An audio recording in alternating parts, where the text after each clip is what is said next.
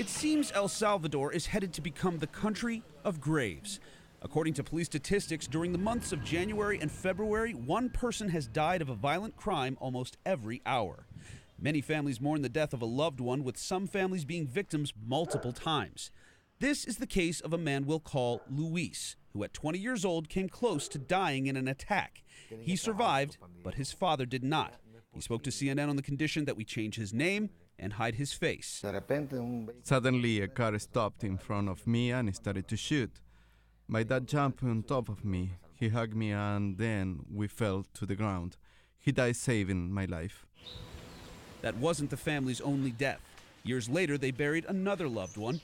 One of his brothers was killed by gang members 3 months after saving a 10-year-old boy from being attacked. They buried a third family member a few years later. My younger brother was killed in 2011. The gangs have caused us great suffering, and we don't belong to gangs. Nothing like this. We don't associate with them. Besides his fear, Luis says his family must continue to move on. Well, it's normal we are scared. We are all scared. This is the reality of the country, and we have to leave. We have to go to work. We have to support our family. How can you stay at home all the time for fear that you will get killed? The fear continues to grow among workers ever since the gangs massacred 10 factory employees and 1 farmer in late February, not far from the capital of San Salvador.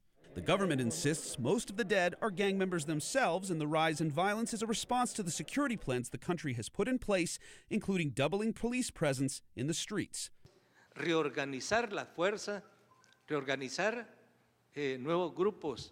We are reorganizing the police force, reorganizing the operation groups. We are facing the mobility the criminal groups have in the country.